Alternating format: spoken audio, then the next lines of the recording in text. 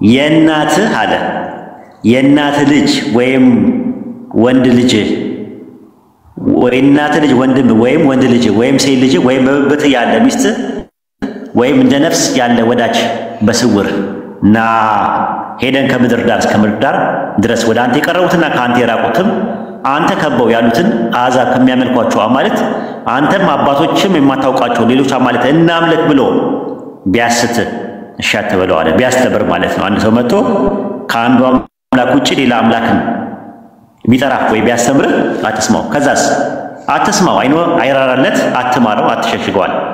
ነገር ግን ፈጽመህ ግደለው ይላል። እርሱ ለመግደል በፊት ያንተ እጅ ከዚያ በኋላ የሕዝቡ እጅ በላዩ ላይ ትሁን። ከግብፅ ምድር ባርነት ቤት ካወጣ ከአምላክ ከያህዌ ሊያርቅ ወዷልና እስኪሞት ድረስ በድንጋይ ውገረው። እስራኤል ሁሉ ሰምተው ይፈራሉ፣ እንዲህ ያለ ክፉ ሥራ እንደገና በአንተ መካከል አያደርጉም አለ። መጥቶ ቢያስተምር ከአንዱ አምላክ ውጪ ሌላ አምላክ እናምልክ ብሎ ቢጠራ ቢያስት መጥቶ ቢጠራ አይደለም ሄዶ ሌላ አምላክ ማንታን መጥቶ ቢያስተምር ሊያስተምር ቢመጣ ምን በለው ይላል?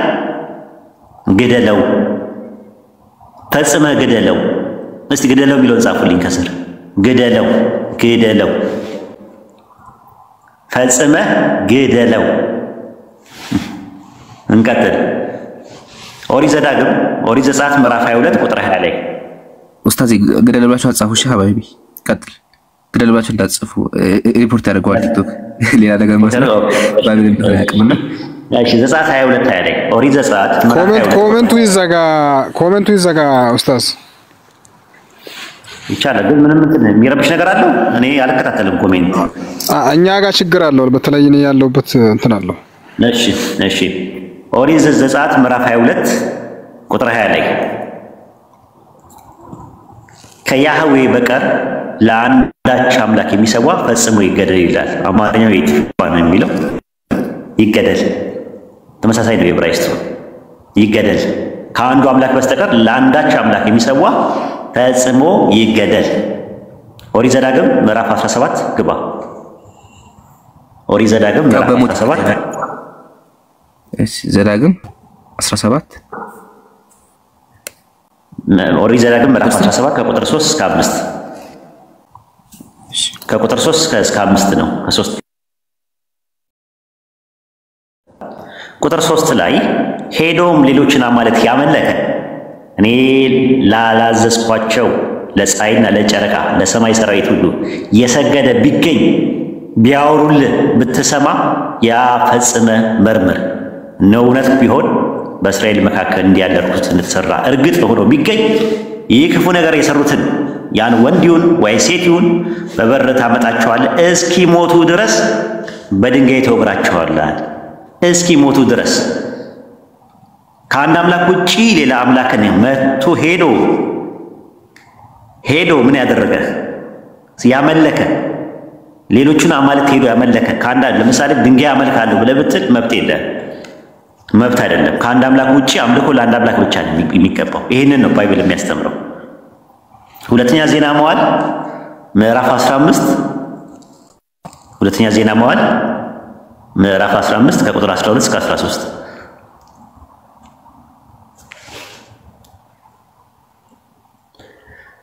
የእስራኤልን አምላክ ያህዌን የማይፈልግ ታናሽ ወይም ታላቅ ወይ ወንድ ወይ ሴት ቢሆን ይገደል ዘንድ ተማማሉ። በተነገራቸው መሰረት ማለት የእስራኤልን አምላክ ያህዌን የማይፈልግ አልፈልግም ቢል ትንሽም ሆነ ትልቅም ሰው ወንድም ሆነ ሴትም ቢሆን እንዲገደል ነው መሐላው ያስቀመጠ። ይገደል የሚል ነገር ነው ያለው። እንግዲህ ስለ ሙርተድ ያለው ነገር ከብዙ በጥቂቱ ይሄ ነው። አንዳንድ መጽሐፈ ምስጢር ምዕራፍ 2 ቁጥር 28 እንዳወጣልኛል። የብሉይ ኪዳንና አዲስ ኪዳን አዲስ ኪዳን ላይ እንደዚህ አይነት ነገር ይኖር ይሆን? ሙርተድ የሚባል ነገር ይኖር ይሆን?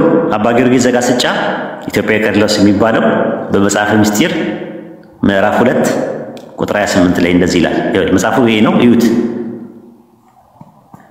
መጽሐፈ ምስጢር በግዕዝና በአማርኛ ነው። ምዕራፍ 2 ቁጥር 28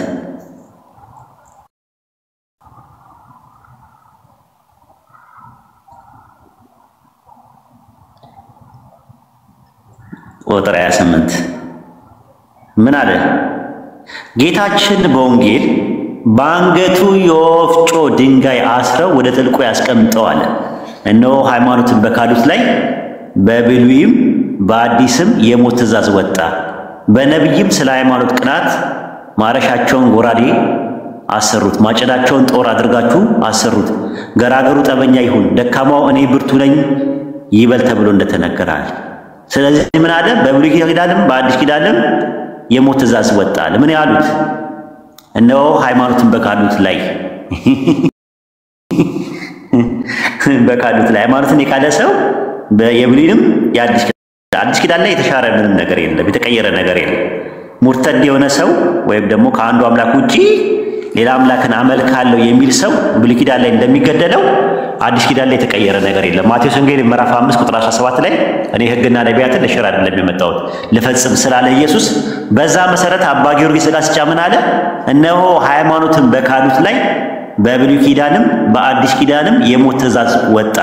በነቢይም ስለ ሃይማኖት ቅናት ማረሻቸውን ጎራዴ አሰሩት፣ ማጭዳችሁንም ጦር አድርጋችሁ ሰሩት። ገራገሩ ጠበኛ ይሁን፣ ደካማው እኔ ብርቱ ነኝ ብሎ እንደተናገራል። ስለዚህ ይሄ ትንቢት ፍጻሜ የሚያገኘው አዲስ ኪዳን ላይ ሰዎች ሃይማኖታቸው ከወጡ በሰይፍ እንዲሞቱ ትእዛዝ አለ ብሎ ነው አባ ጊዮርጊስ ዘጋስጫ ያስቀመጠው ማለት። ይሄው መጽሐፉ አለ፣ ስክሪንሾት አድርጉት። የሆነ ብርሃን ነገር በዛው መብለኝ። እሺ ቀጥልና አንብብ። እንደዚህ ይላል። እሺ የሐዋርያት አለቃ ቅዱስ ጴጥሮስ ቀሌምንጦስን ፍጽም ስለምትሆን ሃይማኖት ሰይፍህን መዘህ በኢየሱስ ክርስቶስ የሚያምኑትን ከሃዲዎች ጨካኞች በብረት ሰይፍ ተዋጋ ይላል። የማያምን ካለ ክርስቲያኖች ይዋጋሉ። ያው ቀጥሎ ሰጥቼ ለመጨመር ነው። በጣም ይገርማል። የምጨምሩት ነገር አለ? ሌሎቻችሁ የምጨምሩት ነገር ጨምሩና ወደ እንትን እንሄዳለን። ወደ ገድያው ይቀጥላል። ጨምሩት። ኡስታዝ አረቡት የተወሰነ የሆነ ነገር በለን።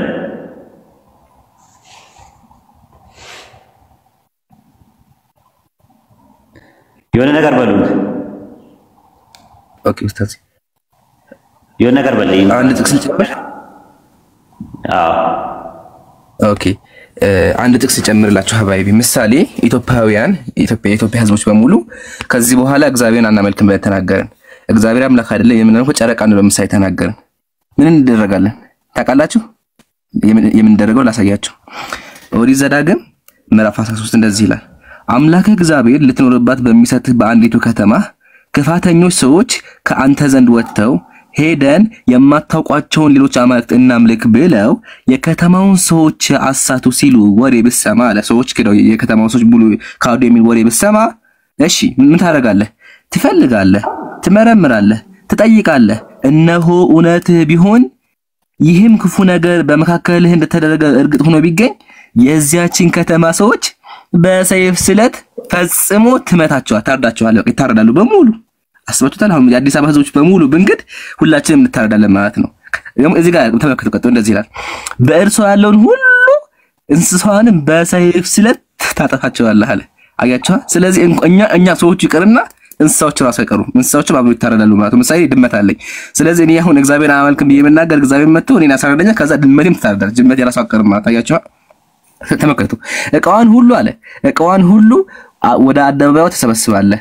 ከተማይቱን እቃዋን ሁሉ ለአምላክ ለእግዚአብሔር በእሳት ፈጽመህ ታቃጥላለህ። ለእግዚአብሔር ብለው ከተማን በሙሉ ሰዎች በሙሉ ይገደሉ፣ ከዛ ያቃጥላሉ ማለት ነው።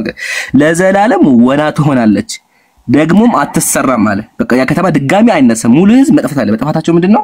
እግዚአብሔር አምላክ አይደለም ካሉ። ስለዚህ ክርስቲያን ወገኖቻችን አንድ ሰው ከነሱ ከወጣ እንደዚህ ያደርጉ በእሳት እያቃጠሉ እንስሳን እየገደሉ የሚበቀሉት ማለት ነው። በጣም ብዙ ጥቅሶች አሉ። ጀዛከላሁ ኡስታዝ ገልጸዋል።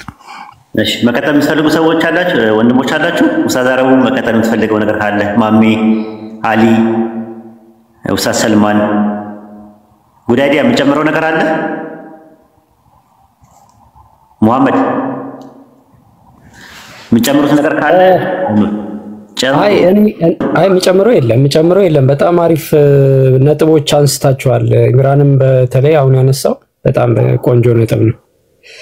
ያ እንግዲህ በባይብል ላይ ያለው አምላክ እና በአዲስ ኪዳኑ ያለው አምላክ ኦሬዲ አዲስ ኪዳኑን ሩሩ በጣም በቃ ፍቅር ብቻ የሆነ ሩሩ ከሆነ ኮንትራዲክት ነው የሚሆነው ከብሉይ ኪዳኑ ጋር ማለት ነው። እና እንደውም የአዲስ ኪዳኑ አምላክ ያህዌ እንዳልሆነ ያሳያል በግልጽ ማለት ነው። አዲስ ኪዳኑ ላይ ያለው አምላክ ያህዌ እንዳልሆነ ያህዌን እንዳላወቁት ያሳያልና አሁን ያመጣቸው ጥቅሶች በብሉይ ኪዳን የተጻፉ ግልጽ ናቸው፣ በጣም ግልጽ ናቸውና ሂዱበት። በጣም አሪፍ ነው። በጣም ጥሩ አድርገህ ነው ያብራራኸው ያለው ወይዶ አላህ ይጨምርልህ። ኢምራንም በጣም ቆንጆ አድርጎ መረጃዎችን አምጥቷል። ሌሎቹም አረቢም አለ። እኔ ላዳምጥ ያው ትንሽም ድክም ስላለኝ እየሰማችሁ ነው አለው። እሺ አብሽር። በጣም ረጅም ሰዓት እኮ ማውራት ትሪላል ራሱ ያደክማል። ኖርማል እኔ ያው እንትን እንድትለው ነው ሪፍሌክት እንድናደርግበት ከሚለው አንፃር እንጂ ወላሂ ትዕግስትህን በጣም ነው ያደነኩት። ስነ ስርዓትን ግብረገብን አለመሳደብህም ጥሩ ነው። ግን ለወደፊቱ እንዲህ አይነት የራስ ቤት ከፍተህ ጥያቄ ያላችሁ ሰዎች እስልምና ላይ ወይም ደግሞ እኔ እንዴት ኮንቨርት አደረክ የሚለው ነገር ጥያቄ ካላችሁ እኔ ጋር ነው በላቸው። አንደኛ ማለት ዲስሪስፔክት እንድትደረግብኝ አልፈልግም፣ ለሌላ ነገር አይደለም። ማለት ዲስሪስፔክት ሲያደርጉ ደስ አይለኝም። እኔ ውስጤ ራሱ እንትን ይላል ይሰማኛል። ራሱ አንድ ሙስሊም ወንድሜ ማለት በዚህ መልኩ በዚህ ደረጃ ማለት እያበሻቀጡ የሚያወሩት ነገር ያስጠላል። ራሱ ቢያንስ እንኳን ሄደብን ብለው እንኳን ሊመልሱ ይገባቸው ነበር። ስነ ምግባር የለ ግብረ ገብ የለ። አሁን ምንድነው እልህ ነው የተገባቡት ማለት ነውና የሆነ ማለት አፉን አዘግተ ነው ምናምን በቃ እንደዚህ አይነት እንትን ነው አላማቸው እንጂ መንፈሳዊነት በጣም የለውም።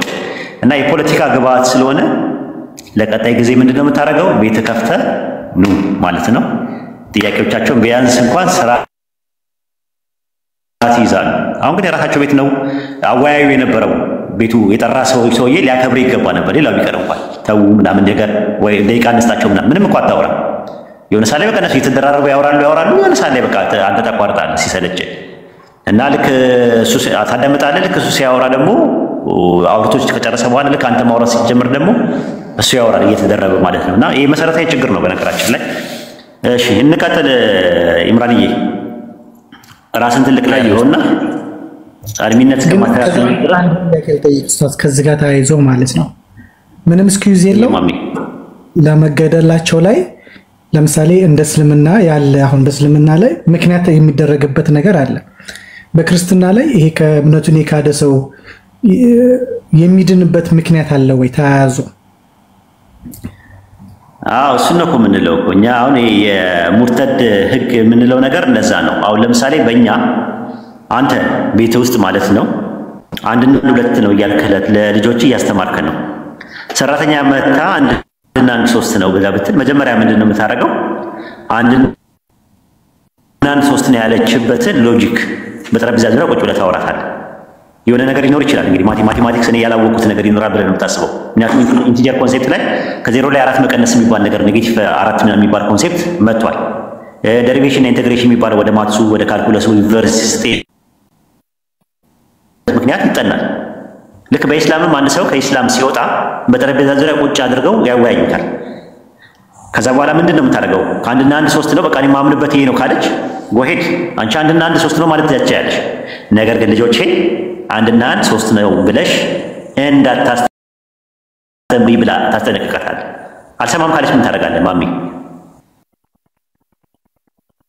በርዛለሁ የልጆቹን አይምሮ በርዛለሁ ብላ ብትል አንተ ካስተማርከው ውጪ ሎጂካሊ ያለው ነገር ፎልስ የሆነ ነገር ከቤት ታስወጣታለህ። በቃ እንደዛ ነው እኮ የሚለው እና የሙርተድ ህግ የእስልምናውን እኮ ተረድቻለሁ። የክርስትና ላይ የሚሄዱበት እንትን አለ ኤክሰፕሽናል ምንም ነገር የለውም። ይሄኛው ራሱ ሱነን አቡ ዳውድ ነው ብዙ ጊዜ የሚጠቅሱ እነሱ ሃይማኖቱን የቀየረ ሰው ይገደል የሚለው ነው። የትኛውን ሃይማኖት ነው ስትላቸው ያቆማሉ። አንድ ጊዜ እኔና ኢምራን ላይቭ ገብተን ነበር። በእስልምና ሃይማኖቱን የለቀቀ ሰው ይገደላል አለ። አይ ማን ነው እስልምና የወጣ ሰው ይገደላል አለ። አምጣ ማስረጃ አምጣ ስንለው ሱነን አቡ ዳውድ ላይ ገባ አውጣዋል። ከዛ ወጣ ሃይማኖቱን የቀየረ ሰው ይገደላል ይላል። የትኛውን ሃይማኖት ነው ብለን ጠየቅነው። እስልምና አለ። ማስረጃ አምጣ ስንለው ሌላ ጥቅስ ፈለገ። እስልምና ስለመሆኑ ማለት ነው። ማብራሪያ ያለው ማለት ነው። እስልምናን የገደለ የሚለው ሙጅመል ሆኖ ነው የመጣው። ጥቅል ነው ሱነን አቡ ዳውድ ላይ ያለው። ጥቅሱ የተወሰደው ከየት ነው ሲባል ኢማም ሙስሊም ላይ ነው የተወሰደው። ኢማም ሙስሊም ላይ ያለው ሐዲስ ላይ ደግሞ ምንድነው የሚለው? በግልጽና በማያሻማ መልኩ ምንድነው የሚለው? በጋብቻ ብቻ ከተባለ ሰው ሃይማኖቱን ትቶ ጀማውን የሚከፋፈል ከሆነ በስተቀር የሙስሊም ደም እንዳይፈስ ይላል። ሌላ ቦታ ላይ ደግሞ ሱነን አቡ ዳውድ ላይ ራሱ ጋር ያደረጉት ምንድነው? እዚህ ጋር አላህና መልእክተኛው የሚዋጋ ይገደላል ወይ ይሰቀላል አሊያም ከሀገር ይባረራል ብለዋል። አላህና መልእክተኛው እስካልተዋጋ ድረስ ያ ሰው ሙርተድ ስለተባለ በመጀመሪያው ልክ አንገቱ ምናምን የሚባል ነገር የለም። እድል ይሰጠዋል፣ ዲስከስ ያደርጋል። ከዛ ካልሆነ ደግሞ ያንን ነገር እቀጥላለሁ ካለ ከሀገር መባረር ተብሏል እዚህ ጋር ወይ ከሀገር ውጣ ይባላል። እንደዚህ አይነት እንትኖች አሉ። እነሱ ጋር ግን ኤክሰፕሽናል የሚባል ነገር ኢስቲስና የሚባል ነገር ወይም ደግሞ በዚህ መልኩ የሚባል ነገር የለውም ራሱና የሌለ ፈልጌ ነው። ኢምራን የምትቀጥለው የምትጨምርበት ነገር ካለ ጨምር። ሰላም አለይኩም ኡስታዝ አፍዋን። ሌላም ጥያቄ ነበረ ለሰዎች። እሺ ይሄ አሁን በባይብል በኢስላም ያው ኤክሴፕሽናል አለ። በባይብል ላይ ለምሳሌ የሰዎቹን እሺ ያው ይገደላሉ የሚለውን እንስሶቹ ግን ምን አድርገው ነው ተሳትፏላቸው ነው ምንድነው? ወላሂ ግራ ያጋባል። ለዛ ነው የጠየኩት። ገና እኮ ጀመር ነው። አሁን ገና እኮ ነው የባይብልን ነገር ሰው የፍትህ ጉዳይ ገና እንመጣበታለን። ገና ሀ ብለን መጀመራችን ነው። ትንሽ አሁን ካለከመን በስተቀረ ዛሬ የምናነሳቸው ፖይንቶች አንተ የምትለውንም ነገር እናነሳለን። ብዙ ነገር ነው። ከፍትህ ጥያቄ ይመጣል። በእሳት መቃጠል የሚባል ነገር አለ። በእሳት የሚቃጠሉ ሰዎች አሉ። ምን አድርገው ነው የሚለውንም እሱንም እናያለን። ኢንሻአላህ እንመጣበታለን። እሺ መርሐባ ኡስታዝ። እሺ ኢምራን እንቀጥል። አይ ኡስታዝ ማሜ ተመለሰለ ትንሽ ኢንሻአላህ ይቀረውን እንቀጥላለን። ቀስ ያለን እንቀጥላለን። እሺ ኦሪት ዘጸአት ምዕራፍ 21 ቁጥር 17 ላይ ግቡ። ጉዳይ ሊያቀደም አንስቶት ነበር በነገራችን ላይ ኦሪት ዘጸአት ምዕራፍ 21 ቁጥር 17 ላይ ማስታወሻ ያዙ። ኦሪት ዘጸአት ምዕራፍ 21 ቁጥር 17 ላይ አባቱን ወይም እናቱን የሚሰድብ ይገደል ይላል። አላህን የሚሳደብስ ፈጣሪውን የሚሳደብስ ተብሎ ይጠየቃል። እንመጣበታለን። ግን አባቱን ወይም እናቱን የሚሰድብ ፈጽሞ ይገደል ይላል። ሰው ስለተሳደበ ይገደል። በጣም ጥብቅ እንትን ያለ ኦሪት ዘጸአት ምዕራፍ 20 ቁጥር 15 ላይ ነው። ኦሪት ዘጸአት ምዕራፍ 20 ቁጥር 15 ላይ ኦሪት ዘጸአት ምዕራፍ 20 ቁጥር 15 ላይ ማናቸውም ሰው ከእንስሳ ጋር ቢገናኝ ፈጽሞ ይገደል፣ እንስሳይቱም ገደሏት። ሰው ከእንስሳ ጋር ተራክቦ ቢያደርግ ቢገኝ ይገደላል። ኦሪት ዘጸአት ምዕራፍ 20 ቁጥር 13 ላይ ገባ 13 ላይ ኦሪት ዘጸአት ምዕራፍ 20 ማናቸውም ሰው ከሴት ጋር እንደሚተኛ ከወንድ ጋር ቢተኛ ሁለቱም ጸያፍ ነገር አድርገዋልና ፈጽሞ ይገደሉ። መብቱ ነው ይለዋል። ክርስቲያኖች አሁን መብቱ ነው ይለዋል። የምዕራባውያን የሚሏቸውን እየሰሙ ወንድና ወንድ ሆሞሴክሹዋል ወይም ደግሞ ሌዝቢንና ጌይ የሚባሉ ነገሮች መብቱ ነው እያሉ ይከራከራሉ። ግን እዚህ ጋር ይገደል ነው የሚለው። ኦሪት ዘሌዋውያን ምዕራፍ 20 ቁጥር 17 ላይ ግባ። ኦሪት ዘሌዋውያን ምዕራፍ 20 ቁጥር 27 ላይ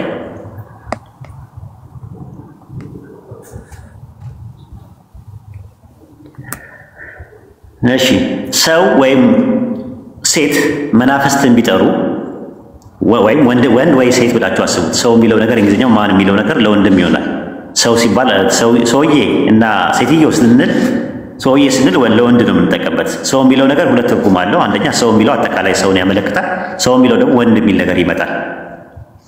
ልክ ሪጃል የሚለው ቃል ሰው በሚል እንደሚመጣው በቁርአን ውስጥ ማለት ነው። ኤኒዌይ ወንድ ወይም ሴትም መናፍስትን ቢጠሩ ወይም ጠንቋዮች ቢሆኑ ፈጽሞ ይገደሉ፣ በድንጋይ ይወገሯቸው፣ ደማቸው በላያቸው ላይ ነው ይላል። ሰው ወይም ሴት መናፍስትን ቢጠሩ ወይም ጠንቋዮች ቢሆኑ አለ። ጠንቋይ ራሱ ይገደላል። ጠንቋይ የሚጠነቁልም የሚያስጠነቁልም ይገደላል። ይሄው ህጉ ነው፣ እንደዛ ነው የሚለው። አንድ ጥቅስ እስቲ በቃሌ አላስታውሰውም። ጥቅሱን አንዴ ልፈልገው። የእግዚአብሔርን ስም የሚሳደብ ፈጽሞ ይገደል የሚል ጥቅስም አለ። ምናልባትም የያህዌን ስም አንዴ ባይብል ማውጣት አለብኝ። ታስታውሰዋል? ይምራናል የሚሳደብ ዘሌዋውያን 24 አግኝቻለሁ ኡስታዝ። ዘሌዋውያን በቃ አውጣላት። የያህዌን ስም የሚሰድብ ፈጽሞ ይገደል፣ ማህበሩ ሁሉ ይውገሩት። መጻተኛም ቢሆን የአገር ልጅም ቢሆን የያህዌን ስም በሰደበ ጊዜ ይገደል። የሰደበ እስቲ የአላህን ስም ሲሳደብ አንድ ሰው ድንበር እያለፈ ሲሳደብ ወንጀል ነው የምንለው ያ ነው ራሱ። እስቲ ይኸው እዚህ ጋር ይኸው የአምላክን የያህዌን ስም የሚሰድብ ፈጽሞ ይገደል፣ ማህበሩ ሁሉ ይውገሩት። መጻተኛ ወይም የአገር ልጅ ቢሆን የአምላክን ስም በሰደበ ጊዜ ይገደል ይላል። ይሄ ነገር አዲስ ኪዳን ላይ ተሽሮ ይሆን? የማቴዎስ ወንጌል ምዕራፍ 5 ቁጥር 17 ላይ የማቴዎስ ወንጌል ምዕራፍ 5 ቁጥር 17 ላይ እኔ አለ ሕግና ነቢያትን ለመሻር የመጣው አይምሰላችሁ፣ ለፈጽመው ነው፣ ላደርገው ነው፣ ፉልፊል ላደርገው ነው፣ እኔ ራሴ አፕላይድ ላደርገው ነው እንጂ ለመሻር አልመጣውምና እውነት እውነት እላችኋለሁ ሰማይና ምድር እስኪያልፍ ድረስ አለ እስከ ቂያማ ቀን ድረስ ማለት ነው ከሕግ አንዲት የውጣ ወይም አንዲት ነጥብ ከቶ አታለፍም ሁሉ እስኪፈጸም ድረስ አለ። የፍጻሜ ዘመን እስኪመጣ ድረስ የቂያማ ቀን እስከሚቆም ድረስ የፍርድ ቀን እስኪመጣ ድረስ ብሉይ ኪዳን ላይ ከነበሩ ከሕግ አንዲት የውጣ አንዲት ነጥብ ከቶ አታልፍም። አንድ ነገር አይሻርም። አንድ ሰማይና ምድር እስኪያልፍ ድረስ አለ ሰማይና ምድር የቂያማ ቀን ፍርድ ቀን እስኪያልፍ ድረስ ከሙሴ ሕግ ውስጥ አንዷን ብትሆን አትሻርም ብሎ ያስቀመጠ።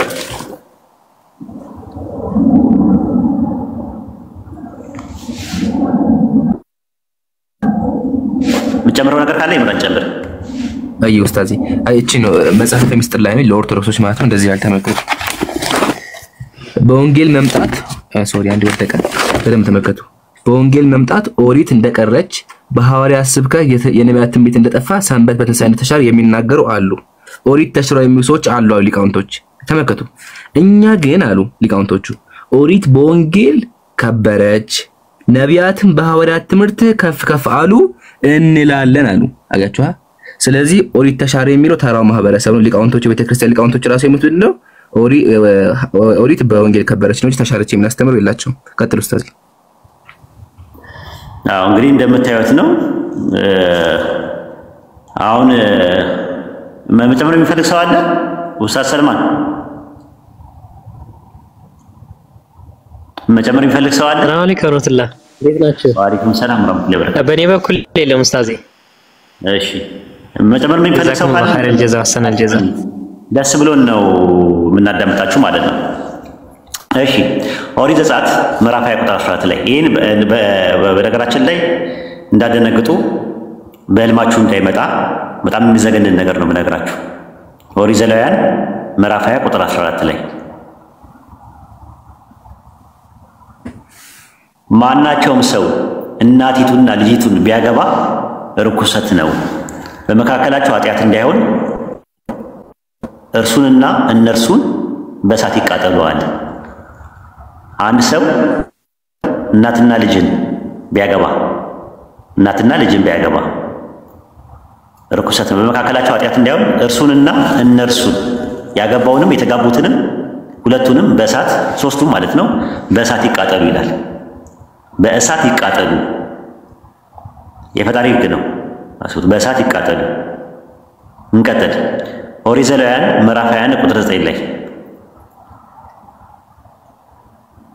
ኦሪት ዘሌዋውያን ምዕራፍ 21 ቁጥር 9 ላይ የካህን ልጅ ራሷን በጉልምትና ብታረክስ አባቷን ታረክሳለችና በእሳት ትቃጠል። በጣም እንዴት እንደሚዘገንን እዩት። በእሳት ትቃጠል ነው የሚለው። መጽሐፈ ኢያሱ ምዕራፍ 7 ቁጥር 15 ላይ ነው። መጽሐፈ ኢያሱ ምዕራፍ 7 ቁጥር 15 ላይ እርም የሆነው ነገር የተገኘበት ማለትም የሰረቀ ሰው የአምላክን ቃል ኪዳን አፈርሷልና በእስራኤል ዘንድ በደል አድርጓልና እርሱና ያለው ሁሉ በእሳት ይቃጠላሉ አለ። እንመጣበታለን እነማን እንደሚቃጠሉ ያለው ሁሉ አለ። ቤተሰቦቹ ሕፃናቶቹ ሁላ ሳይቀር ነው በእሳት የሚቃጠሉት። እሱ በሰራው በእሳት ይቃጠላሉ አለ። በእሳት ይቃጠላሉ ትእዛዝ ነው። እርሱና ያለው ሁሉ ሚስትም ልጅም ምንም በእሳት ይቃጠላሉ ይላል። ኦሪት ዘዳግም ምዕራፍ 7 ቁጥር 5 ላይ ነው።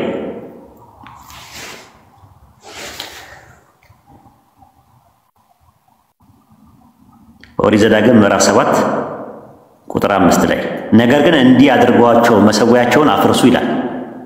የጣዖታውያን ማለት ነው። ሐውልቶቻቸውን ሰባብሩ፣ የማምለኪያ ዐፀዶቻቸውን ቁረጡ፣ የተቀረጸውን ምስል በእሳት አቃጥሉ ይላል። እንግዲህ በእሳት አቃጥሉ ይላል። የተቀረጸውን ምስል በእሳት አቃጥሉ ይላል። ቁጥር 25 ላይ እዛው ላይ ዘዳግም 7:25 ላይ የተቀረጸውን የአምላኮቻቸው ምስል በእሳት ታቃጥላለህ፣ የተሰራባቸውን ብርና ወርቅ አትመኝ፣ በአምላክህ በያህዌ ዘንድ ርኩስ ነውና እንዳትጠመድበት ከእርሱ ምንም አትውሰዳል። ኦኬ ኦሪት ዘዳግም ምዕራፍ 12 ቁጥር 3 ኦሪት ዘዳግም ምዕራፍ 12 ቁጥር 3 ላይ መሰዊያዎቻቸውን አፍርሱ፣ ሐውልቶቻቸውን ሰባብሩ፣ የማምለኪያ ዐፀዶቻቸውን በእሳት አቃጥሉ፣ የአማልክቶቻቸውን የተቀረጸ ምስሎች አንኮታክቱ፣ ከዚያ ስፍራ ስማቸውን አጥፉ። ምን አረጉ? ሂማን ራይት፣ የሃይማኖት ነጻነት፣ የምዕራባውያን ምናምን ትሎ የለ ይኸው እዚህ ጋር ምንድነው አለው? የተቀረጸ ምስል የአማልክቶቻቸውን በእሳት ታቃጥላለህ አለ። ምስል ምናምን የሚያደርግ ሰው ታቃጥላለህ። ኢያሱ 8:8 ላይ ነው። ኢያሱ መጽሐፈ ኢያሱ ምዕራፍ 8 ቁጥር 8 ላይ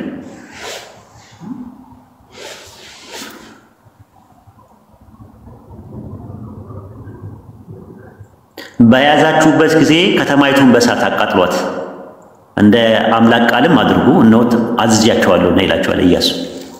ከተማይቱ ማለት ነው። ሲያቃጥሉ አብረው ሰዎቹ ይቃጠሉ ይሆን? አብረው ከተማይቱን ሲያቃጥሉ አብረው በውስጥ ያሉ ሰዎችንም አብረው የሚያጋዩት? አዎ። እንይ ኢያሱ ምዕራፍ 7 ቁጥር 24 ላይ ኢያሱ ምዕራፍ 7 ቁጥር 24 ላይ ተመልከቱ። እዚህ ጋር ኢያሱና እስራኤል ሁሉ የዛራ ልጅ አካንን ብሩን፣ ካባውን፣ ወርቁንም፣ ወንዶችና ሴቶች ልጆቹንም፣ በሬዎቹንም፣ አህያዎቹንም፣ በጎቹንም፣ ድንኳኖቹንም ያለውን ሁሉ ወስደው ወደ አኮር ሸለቆ አመጧቸው። ኢያሱ ለምን አስጨነከን? ያህዌ ዛሬ ያስጨንቃል አለው። እስራኤል ሁሉ በድንጋይ ወገሯቸው፣ በእሳትም አቃጠሏቸው፣ በድንጋይ ወገሯቸው። እሱ በሰረቀ ምክንያት ያለው ሁሉ የአካን ማለት ነው የዛራ ልጅ አካን ምን አደረጉት? ወንዶች ልጆቹን፣ ሴቶች ልጆቹን፣ ሕፃናቶቹን ሁሉ ሳይቀር፣ በሬዎቹን፣ አህዮቹን፣ በጎቹን ሁሉ ሳይቀር፣ ድንኳኑን ያለውን ሁሉ ምን አደረጉ? በድንጋይ ወገሯቸው፣ በእሳትም አቃጠሏቸው። በድንጋይ ወገሯቸው፣ በእሳትም አቃጠሏቸው። ምን አድርገው ነው? አሁን ሕፃናት ምን አድርገው ነው? እሱን የሰረቀው እሱ በሰረቀበት ከተማይቱን የሚያቃጥሉት ለምንድን ነው? ይሄ ፍትህ ነው? ዘጸአት 17:8 ላይ ያዝልኝ። አሊ ያነሳው ጥያቄ ይመጣል። አሁን ይሄ ደግሞ የሌለ ነገር ነው። የሌለ ነገር የሌለ ምንም 4 ትውልድ ላይ ተሻግሮ በቀን ዘጸአት 17:8 ላይ አማሌቅ መጥቶ ከእስራኤል ጋር በራፌድ ተዋጋ ይላል። አማሌቃውያን መጥተው ከእስራኤል ጋር ተዋጉ። በተዋጉ ከ400 ዓመት በኋላ በቀን አንደኛ ሳሙኤል ምዕራፍ 15 ቁጥር 2 ላይ ተመልከቱት። አሁን በቀን ሊበቀል ነው ፈጣሪ። 400 ዓመት የዛሬ 400 ዓመት ያኔ አማሌቅ ወጥቶ ከእስራኤል ጋር በራፋድ ተዋግቷል ተብሎ ምን ይላል? አንደኛ ሳሙኤል ምዕራፍ 18 ላይ የሰራዊት ጌታ ያህዌ እንዲህ ይላል፣ እስራኤል ከግብጽ በወጣ ጊዜ አለ የዛሬ 400 ዓመት አስቡት። አማሌቅ በመንገድ የተቃወመን ያደረገበትን እበቀላለሁ አለ። ከዛስ ምን እንዴት ብለህ ነው የምትበቀለው?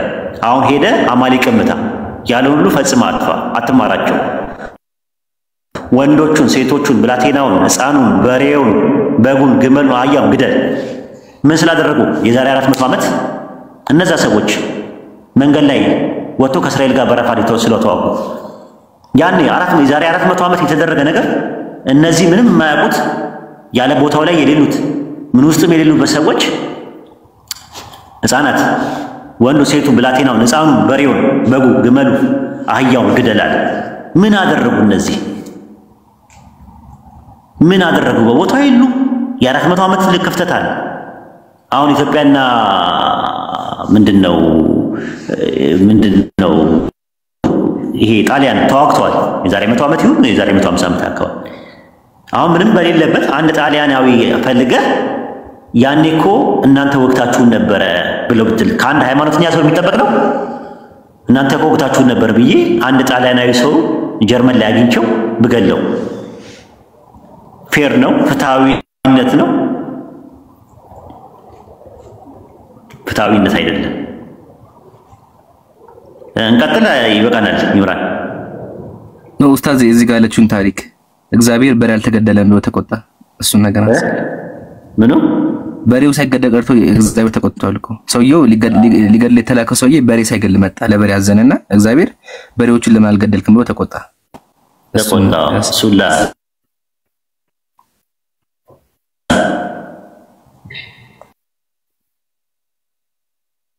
ወይስ ይብቃችሁ ለዛሬ? እንቀጥል ካላችሁ እንቀጥል። ምን ይመስላችኋል? ኡስታዝ አረቡ አሊ ጥሟል ወይስ ይብቃል? ብንቀጥልም ደስ ይለኛል።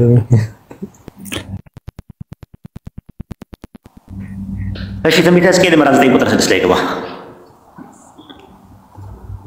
ትንቢተ ሕዝቅኤል ምዕራፍ 9 ቁጥር 6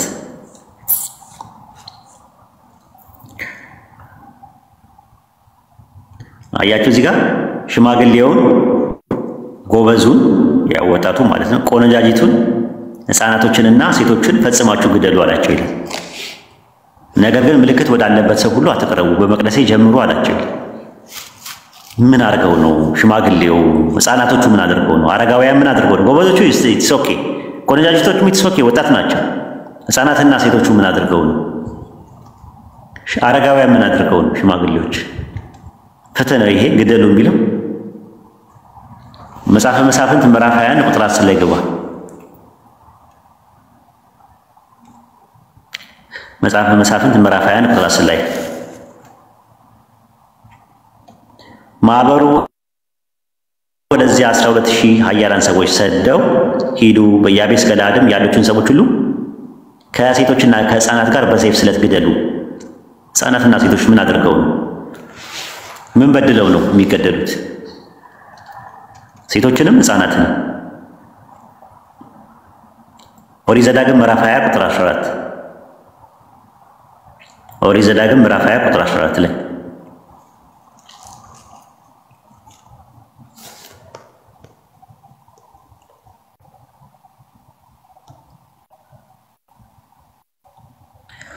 እሺ ታስረዱት ላስረዳ ምናምን ያለ ሰው አለ ትገባለህ ተራ ሲደርስ። ኦኬ ኦሪት ዘዳግም ምዕራፍ 20 ቁጥር 14 ነገር ግን ሴቶችና ሕፃናትን እንስሶችን በከተማይቱ ያለው ምርኮ ሁሉ በዝብዘህ ለአንተ ትወስዳለህ። አምላክ እግዚአብሔር የሚሰጠን የጠላቶችን ምርኮ ትበላለህ። ሴቶችን ሕፃናትን ምርኮችን በከተማይቱ ያለው ምርኮ በዝብዘህ ለአንተ ትወስዳለህ። ዘዳግም 3:6 ላይ ዘዳግም 3:6 ላይ ኦሪት ዘዳግም 3:6 ላይ በአሴቦን ንጉሥ በሴዎን እንዳደረገው ሁሉ ፈጽሞ አጠፋቸው፣ ከተማይቱ ሁሉ ከወንዶችና ከሴቶች ከሕፃናት ጋር አጠፋቸው ይላል። ወንዶችና ሴቶች ኦኬ፣ ምናልባት ወጣቶች ሊሆኑ ይችላል። ሕፃናቶች ግን ምን አጥፍተው ነው ያጠፋቸው? ምን አጥፍተው ነው ያጠፋቸው? መጽሐፈ ኢያሱ ምዕራፍ 6 ቁጥር 21 መጽሐፈ ኢያሱ ምዕራፍ 6 ቁጥር 21 ላይ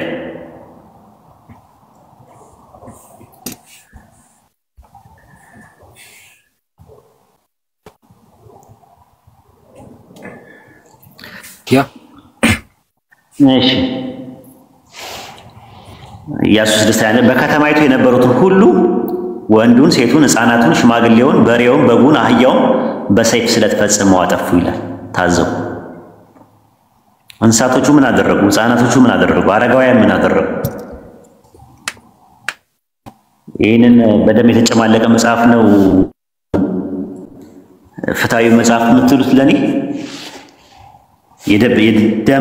በደም የተነከረ መጽሐፍ ይቅርታ አድርጉልኝና ሕፃናት አረጋውያን ምን አድርገው ነው? ፍትሃዊ ነው?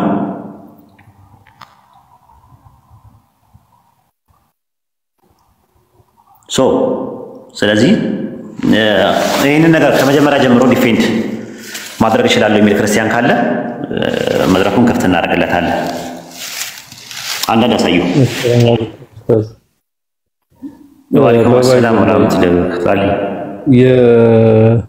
ግድያ ስለ ግድያ የሚነሱ አንቀጾች ቶታሊ ስንት ይሆናሉ? ቢያንስ ለማወቅ ፈልጌ ነው። ምን እንጃ አላውቅም፣ አልቆጠርኳቸውም። ኢምራን የሚያውቃሉ? ኧረ ተቆርጦ እኮ አያልቅም ሲጀመር። ግደል ይበልና ሰርች አድርግ ይዘረዝርለታል። አሁን ማሰብ ያለባችሁ ሀባይቢ ኡስታዝ ወሂድ እንግዲህ ከዛ ከሙሉ ከመጽሐፍ ቅዱስ ያወጣልን አስቡት። እስካሁን ወደ 21 ቁጥር አይደል? እስካሁን 21 አወጣ። ለይቱ ሙሉ የምናደርግ ደግሞ ብዙ ሺህ ይወጣል። ኡስታዝ ደግሞ ከፈቀድክልኝ ሁለት ጥቅሶች አሉ የመጨመራቸው በኋላ አካባቢ ጨምራለህ። ኢምራን ቁርአን ላይ ሰይፍ የሚል ቃል አለ፣ ልታወጣልኝ ትችላለህ? ኧረ በተአምር የለም። ሰይፍ የሚለውን ቃል በተአምር ሰይፍ የሚል ቃል የለም። ኦኬ ጥሩ። ባይብል ላይ ሰይፍ የሚለው ቃል ስንት ቦታ አለ? እኔ እንጃ ስንት ቦታ ላይ አለ? ብዙ ነው ያለው ራሱ ማለት ነው። እና ሰይፍ ለሰርች ታደርገው የሰይፎችን ብዛት ያመጣል አርሰስ ብዙ ነው ያለው። አይ በቁጥር እንዲታይ ሰይፍ ብላችሁ ሰርች አድርጉት። በቃ ስለ ሰይፍ እናወራለን። አሁን ለኢምራን ድል ልስጠውና ትንሽ እናወራበት አይደል? ማሚ ሳይርሻል ያው ኡስታዚ 352 ሰይፍ የሚለው ቃል ማለት አይ ከነጣ አጠቃቀሙ ነው የምናወራው። እሺ ይቀጥል፣ ኢምራን ቀጥልና እንሄዳለን። አይ ኡስታዚ እኔ የማነሳላችሁ ደግሞ ከበድ ያሉ ሁለት ጥቅሶች አሉ። አንደኛው መዝሙረ ዳዊት ምዕራፍ 137 እንደዚህ ይላል። በደንብ አዳምጡ። ተናጋሪው እንግዲህ ያው መዝሙረ ዳዊት በእግዚአብሔር አንደበት እንደዚህ ይላል። አንቺ ወራዳ የባቢሎን ልጅ ወራዳ አለ። ወራዳ አስቡት፣ መጽሐፍ ቅዱስ ነው። እሺ ስለተበቀልሽን የሚበቀልሽ የተመሰገነ ነው። ሕፃናቶችሽን ይዞ ልጆችሽን ይዞ ማለት ነው በአለት ላይ የሚፈጠፍጣቸው የተመሰገነ ነው። ሰምታችሁኛል? ልጆችሽን ይዞ ድንጋይ ላይ ፈጥፍጦ የሚገላቸው የተመሰገነ ነው። አያችሁ? ስለዚህ ሕፃናትን ድንጋይ ላይ መፈጥፈጥ በክርስትና ያስመሰግናል። ያው ቃሉ የተመሰገነ ነው። መዝሙረ ዳዊት መጽሐፍ ቅዱስ ምዕራፍ 1:30 ልጨምርላችሁ። ትንቢተ ሆሴዕ ምዕራፍ 13 እንደዚህ ይላል። ሰማርያ በአምላኳ ላይ አምጻለች። እሺ አመፀች ሰማርያ። እሺ በደሏን ተሸከማለች። በሰይፍ ወድቃሉ፣ ሕፃናቶቻቸውም ይፈጠፈጣሉ፣ እርጉዞቻቸውም ይቀደዳሉ። እርጉዞች ሆዳቸው ይቀደዳል። አስቡት፣ እርጉዞች ሆዳቸው ይቀደዳል፣ ልጆች ደግሞ ድንጋይ ይፈጠፈጣሉ። አውዙ ቢላሂ ሽጣራጂም። ይሄ አንደኛ ጥቅስ ነው። ሁለተኛ ጥቅስ ደግሞ ያጀማ በክርስትና የእግዚአብሔር ነቢያት ከተማ ሲቆጣጠሩ ሰዎችን በመጋዝ ያርዱ ነበር፣ በመጋዝ ይተረትሯቸው ነበር። እሱ ላሳያችሁና ኢንሻአላህ እድል ለቃለሁ ማለት ነው። ሁላችሁ መጽሐፍ ቅዱስ በመጽሐፍ ላሳያችሁ፣ በመጽሐፍ ቅዱስ ላሳያችሁ። እሱን አንዴ ተመልከቱ። እንደዚህ ይላል መጽሐፈ ሳሙኤል ቀዳማዊ ምዕራፍ 20 ነው። እሺ ያው ዳዊት ከተማን ተቆጣጠረ። እንደዚህ ይላል በውስጧም የነበሩትን ሕዝብ አውጥቶ በመጋዝ ተረተሯቸው። በውስጡ የነበሩትን አውጥቶ በመጋዝ ተረተሯቸው፣ በመጥረቢያ ቆራረጧቸው። ሰምታችሁኛል? በመጋዝ ተተረተሩ፣ በመጥረቢያ ተቆራረጡ። ዳዊትም በአሞን ልጆች ከተማ ሁሉ እንዲሁ አደረገ። በየከተማው እየዞረ ምን አደረገ? ሰዎችን በመጋዝ ተረተራቸው። አውዝ ቢላሂ ሚነ ሸይጣን ረጂም። መጽሐፍ ቅዱስ ነው። ጨርሻለሁ። አጠቃቀሙንም ራሱ ኖርማል ሚሽነሮች ወቃሽና ነቃሽ ሆነው መላእክት እንዴት የሰውን አንገት ይቀላሉ ይላሉ። ቁርአን ላይ ታውቃለህ፣ ሱረቱ አንፋል ምዕራፍ 18 ቁጥር 12 ላይ ጌታ ወደ መላእክት የተናገረው ለኛ አድርጎ ይጠቀማሉ። ብዙ ጊዜ ጌታ ወደ መላእክት እኔ ከእናንተ ጋር ነኝና እነዚያ ያመኑትን አጽናኑ፣ በእነዚያ በካድ ልብ ውስጥ ደግሞ ፍርሃትን በእርግጥ እጥላለሁ። የክፎች መለያዎች ሁሉ የሚወረዱን አስታውስ። አላህ ለመላእክት ተናገረው፣ ልክ ለሙስሊሙ ይሳሉ ገብቷል። አድልና እንግዳ ያሉንና ይጠይቃሉ። እኛም ደግሞ በነገር መላእክቶች ሳይጠቀሙ የሚለው ኦሪት ዘኍልቍ ምዕራፍ 22 ቁጥር 23 ላይ ገባ። ኡስታዝ ድምጽ ይቋረጣል። ኦሪት ዘኍልቍ ምዕራፍ 22 ቁጥር 23 ላይ አይሰማም? አሁን መጥቷል። ስንት ላይ አልሰማሁም ነው ኡስታዝ። እሺ ኦሪት ዘኍልቍ ምዕራፍ 22 ቁጥር 23 ምዕራፍ 22 ቁጥር 23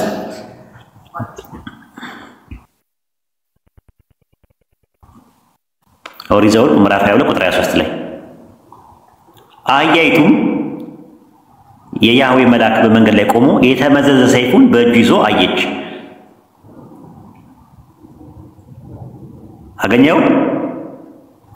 ያ 22 23 ላይ ዘሁልቆ ሶሪ ዘሁልቆ ነው ያልኩህ። ዘሁልቆ ሶሪ በጣም 22 23 አብሽር አህያይቱም የያህዌ መልአክ በመንገድ ቆሞ የተመዘዘ ሰይፉን በእጁ ይዞ አየች። ይሄ መቼም ሰይፍ የሚባለው አምባሻ የሚቆረጥበት ምናምን አይደለም፣ አንገት የሚቀላበት ነው። ከመንገድ ፈቀቅ ብላ ወደ እርሷ ወደ ገባች። በለዓምም ወደ መንገዱ ይመልሳት ዘንድ አህያይቱን መታት። የያህዌ መልአክም ከወይን ቦታዎች መካከል በነበረ ወዲያና ወዲህ ግን በነበረበት በጠባብ መንገድ ላይ ቆመ። አህያይቱም የያህዌ መልአክን አይታ ወደ ሩቅ ተጠጋች፣ የበለዓምን እግር ቅጥሩን አጣበቀች፣ እርሷም ደግሞ መታት። እስቲ በደንብ አህያይቱ አንብበው እስቲ በደንብ አይታይም። እሺ አህያይቱም የእግዚአብሔርን መልአክ በመንገድ ላይ ቆሞ የተመዘዘ ሰይፍ በእጁ ይዞ አየች። ከመንገዱም ፈቀቅ ብላ ወደ እርሻ ውስጥ ገባች። በለዓምም ወደ መንገድ ይመልሳት ዘንድ አህያይቱን መታት። የእግዚአብሔርን መልአክ ከወይኑ ቦታዎች መካከል የእግዚአብሔርን መልአክ ከወይኑ ቦታዎች መካከል በወዲያና በወዲህ ወገን ግንብ በነበረው በጠባቡ መንገድ ላይ ቆመ። አህያይቱም የእግዚአብሔር መልአክ አይታ ወደ ቅጥሩ ተጠጋች፣ የበለዓም እግር ከቅጥሩ ጋር አጣበቀች፣ እርሱም ደግሞ መታት ይላል። ልቀጥል ኡስታዝ? እሺ የእግዚአብሔር መልአክ ወደፊት ሄደ፣ በቀኝና በግራ መተላለፊያ በሌለበት በጠባብ ስፍራ ቆመ። አህያይቱም የእግዚአብሔርን መልአክ አየች፣ ከበለዓም በታች ተኛች። በለዓምም እጅግ ተቆጣ፣ አህያይቱንም በበትር ደበደባት። እግዚአብሔርም የአህያይቱን አንደበት ያየቱን አንደበከተ ሶስት ጊዜ መታኝ ምን አድርጌብህ ነው አለችው አለ። እዚህ ጋር የሚያስቀኛል እና ያየቱ ማለት ነው። መጨረሻ ላይ ምን አለች? ሶስት ጊዜ መታኝ ምን አድርጌ ነው አለችው አለ። እና እዚህ ጋር አለችው አለ። ከዛ ቀጥ ሳያሰለይ እሺ በለዓምም አህያይቱን ምናልከኝ እና አንዴ በሴት ድምፅ አድርገውና በአንተ ነው የሚያምረው። በሴት ድምፅ ትድገም። እሱ ድማ አንተ አልከው እኔ ታችኛውን ልበል ታዲያ ታችኛውን ልበል። እሺ በለዓምም አህያይቱን ስላላገሽብኝ በእጄ ሰይፍ ቢኖር አሁን በገደልኩሽ ነበረ አላት። አልቻልኩበት መሰለኝ። ቀጥል እስታዚ። ስለዚህ አሁን ሰይፍ ሲባል ቃል በቃል ሰይፍ ነው ነጥቡ። ሰይፍ ግን አምባሻ መቁረጫ አይደለም። ሰይፉ ቁጥር 31 ላይ ይኸው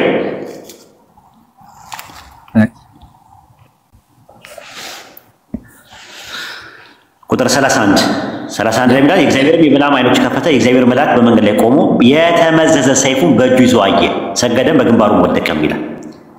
ሰይፍ ነው የተመዘዘ ሰይፍ፣ ከሰገባ የሚወጣ ሰይፍ ነው። ሊትራሊ ሰይፍ እንግዲህ የሰው አንገት የሚቀላበት ነው። እንግዲህ እሺ መጽሐፈ ኢያሱ ምዕራፍ 5 ቁጥር 13 ላይም የእግዚአብሔር ሰራዊት አለቃ ሚካኤል፣ አንዳንዶችም ቴዎፋኒ ነው ይላሉ፣ ኢየሱስን ነው ይላሉ። ብሉይ ኪዳን ላይ ማዘርስም እንደዚህ አይነት እንትን አላቸው። ኤኒዌይ የተመዘዘ ሰይፉን በእጁ የያዘ ሰው በፊቴ ቆሞ ነበር አለ፣ ስለ መልአኩ ሲያወራ ማለት ኢያሱ 5:13 ላይ አያችሁት። ኢያሱ በኢያሪኮ አጠገብ ሳለ ዓይኖቹን አንስቶ ተመለከተ፣ እንደውም የተመዘዘ ሰይፍ በእጁ የያዘ ሰው በፊቴ ቆሞ ነበር አለ፣ ስለ መልአኩ ሲናገር ማለት ነው። አንደኛ ዜና መዋዕል ምዕራፍ 21 ቁጥር 16 ላይ ይኸው አንደኛ ዜና መዋዕል ምዕራፍ 21 ቁጥር 16 ዳዊትም ይላል። አያችሁ ዳዊትም ዓይኖቹን አነሳ፣ የእግዚአብሔር መልአክ በምድርና በሰማይ መካከል ቆሞ የተመዘዘ ሰይፍ በእጁ ይዞ ወደ ኢየሩሳሌም ተዘርግቶ አየ። የተመዘዘ ሰይፍ አያችሁት፣ የተመዘዘ ሰይፍ። እሺ ኢሳይያስ 37:36 ከዛ በኋላ ወደ ድርሳን እንገባለን ማለት ነው። ኢሳይያስ ምዕራፍ 37 ቁጥር 36 ምዕራፍ 37 ቁጥር 36 ላይ በነገራችን ላይ ጥቅስ እየያዛችሁ ነው ያጀማ ከስር ያላችሁ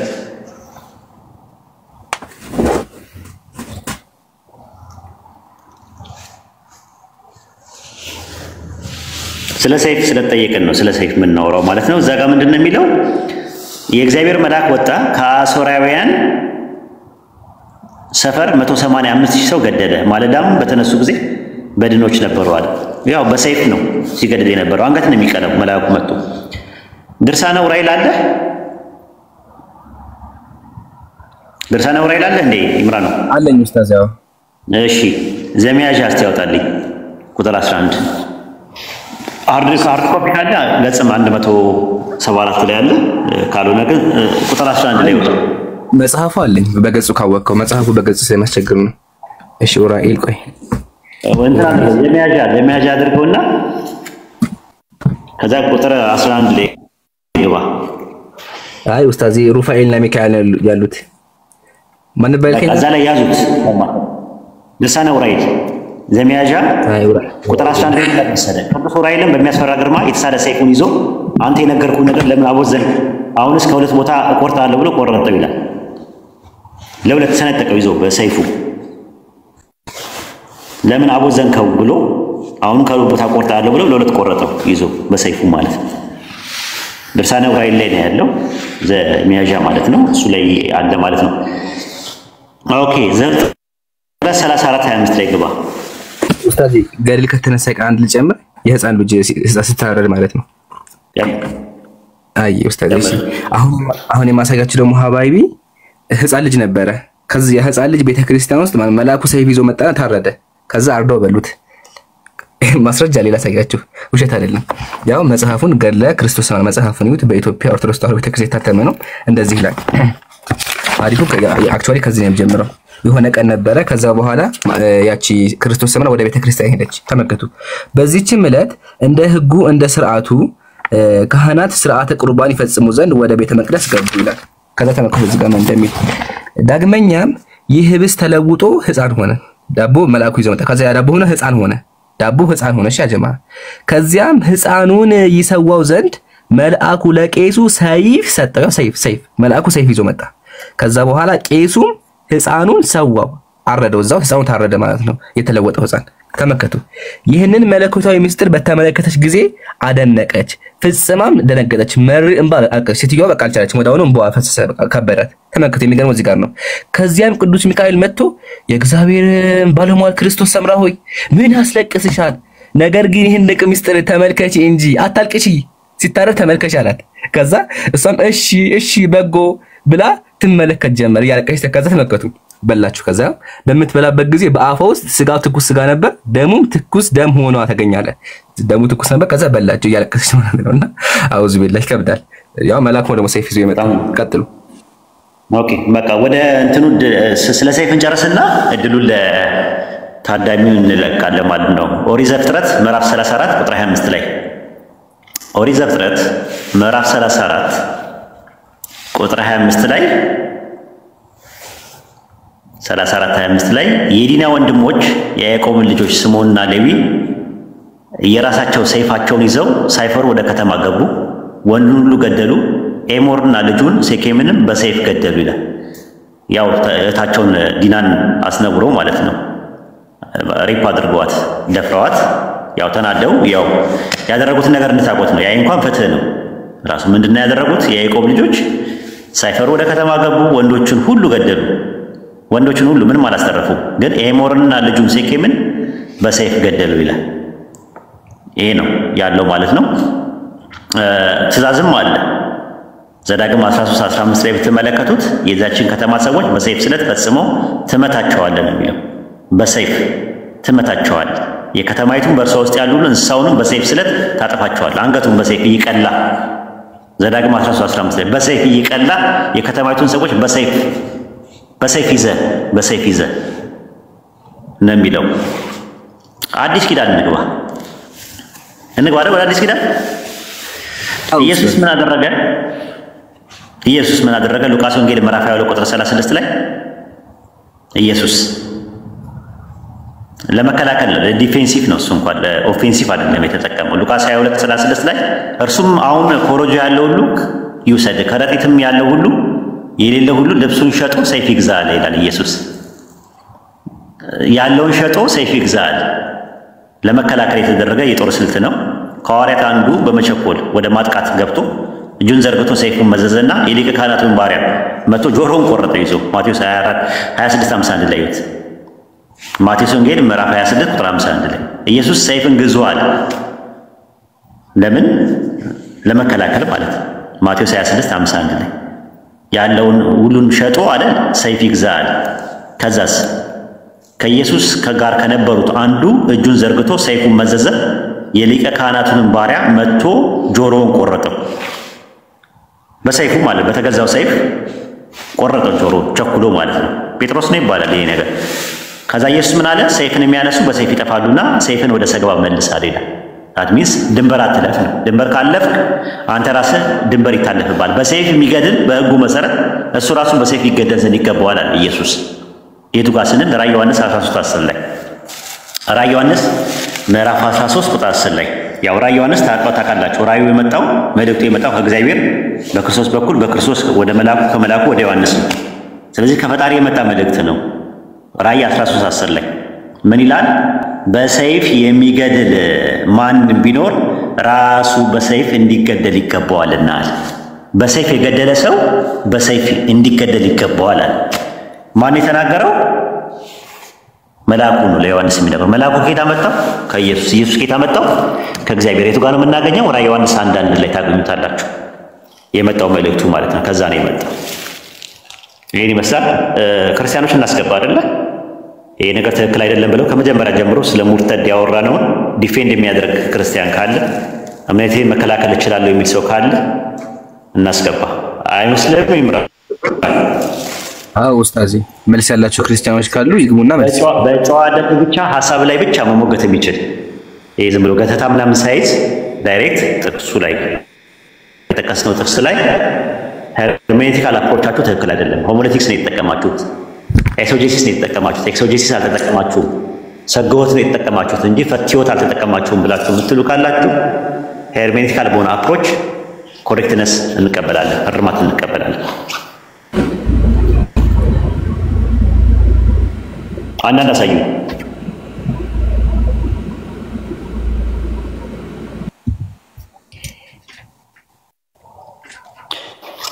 መግባት የምትፈልጉ ሰዎች አንዳንድ አሳዩ፣ ከስር ጻፉልኝ።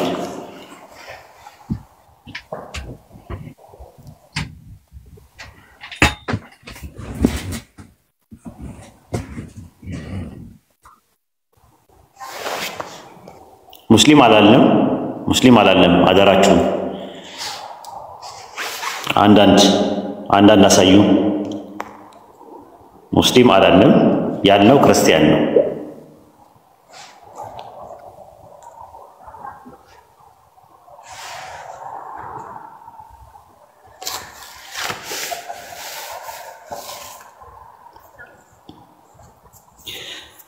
ሙስሊሞች ገዝት አታስገቡ። ለጊዜው አንድ ቦታ አለ። አንዳንድ አሳዩ መግባት ይፈልግ ሰው።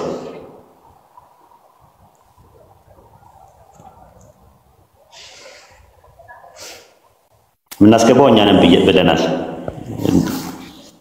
ኦኬ ፈለቀች ጤና ይስጥልኝ።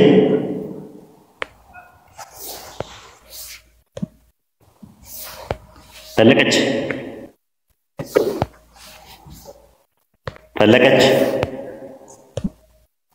ኦኬ አውርዷትና ሌላ ሰው አስገቡ። እየተሰማት አይደለም።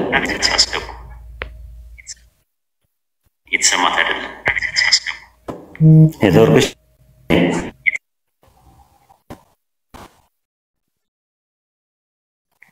አድሚኖች ተፍተፍ በሉ እንጂ ጉድ ጉድ በሉ። ታችይና አስገባ። አይ በዚህ አካውንት ሞዴሬተር የለኝም። ከቻልክ ስጠኝ ኡስታዝ። እስካሁን የተገደሉ ሰዎች ስንት ይሆናሉ? ሙሉ በባይብል ላይ እግዚአብሔር ያስገደዳቸው ሰዎች ስንት ይሆናሉ? እኔ የነሱ ዝርዝር የለኝም። እኔ የንጽጽር ተማሪዎች ዝርዝር ነው ያለው እኔ ጋር።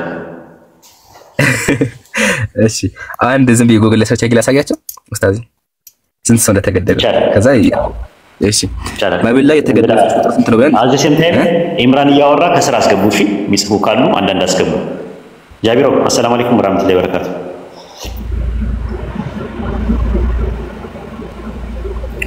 አድሚኖች አስገቡ፣ ከስር የሚጽፉ ካሉ አስገቡ። ቀጥል ኢምራን። አየው እስከዛ ትንሽ ሀሳብ መናገር ይቻላል።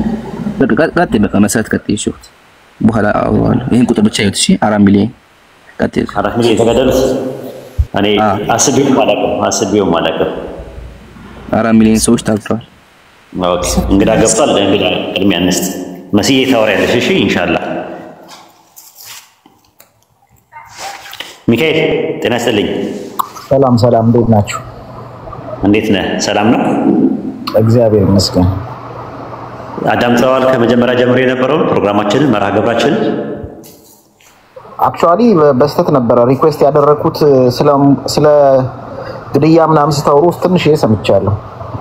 ኦኬ ስለዚህ አሁን በብሉይ ኪዳንና በአዲስ ኪዳን እንዲሁም በአባቶች ትምህርት አንድ ሰው ሃይማኖቱን ቀይሮ ወይም ደግሞ ከአንድ አምላክ ውጪ ሌላ አምላክ ቢያገኝ ምንድነው ብይኑ? በአዲስ ኪዳን ምንም አይነት ብይን የለም፣ ያው የራሱ ምርጫ ነው። እስቲ ምርጫው የተፈቀደበት ያ ነገር ሁክሙ አብሮጌት የተደረገበትን የአዲስ ኪዳን ማስረጃ ወስጠን እስቲ። ብሉይ ኪዳን ላይ መጀመሪያ ግን አለ። ምንድነው ሁክሙ? የብሉይ ኪዳን ህግና አዲስ ኪዳን ህግ የተለያየ ነው። ገባኝ። ብሉይ ኪዳን ላይ ምንድነው ህጉ? አንድ ሰው አሁን ለምሳሌ ተነስቶ ከአንድ አምላክ ውጪ ሌላ አምላክ ቢያመልክ ምንድነው ብይኑ? ወይዘን በእስራኤል ውስጥ ከሆነ ያ ትልቅ እንትን ኦፌንስ ይመስለኛል፣ እርግጠኛ ባልሆነም እኮ ምንድነው ብይኑ? ለምሳሌ አንድ ሰው ራይት የለውም ከአንድ አምላክ ውጪ ሌላ አምላክ አመልካለሁ ቢል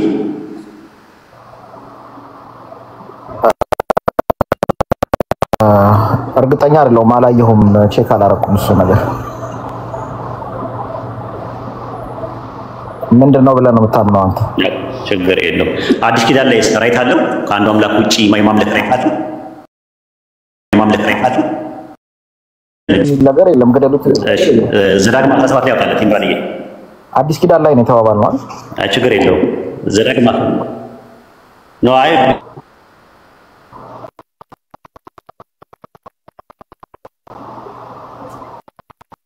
ብሉይ ኪዳን ላይ ያለው ነው ያልከው።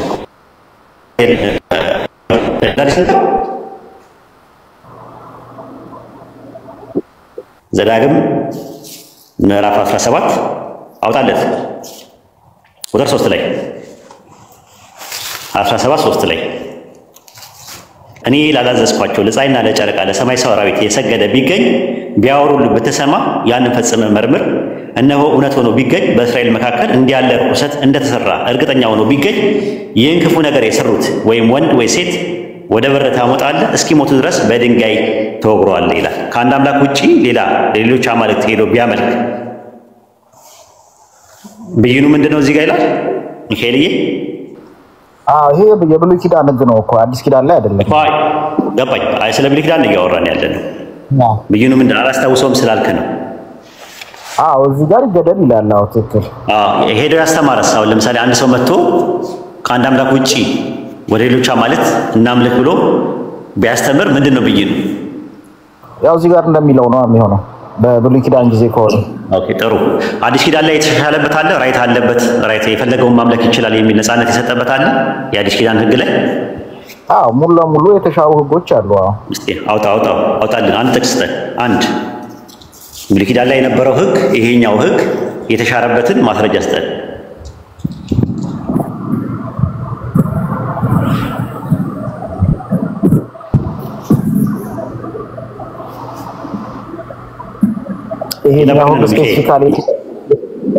ይሄኛው ህግ ስፔሲፊካሊ የተሻረበት ሳይሆን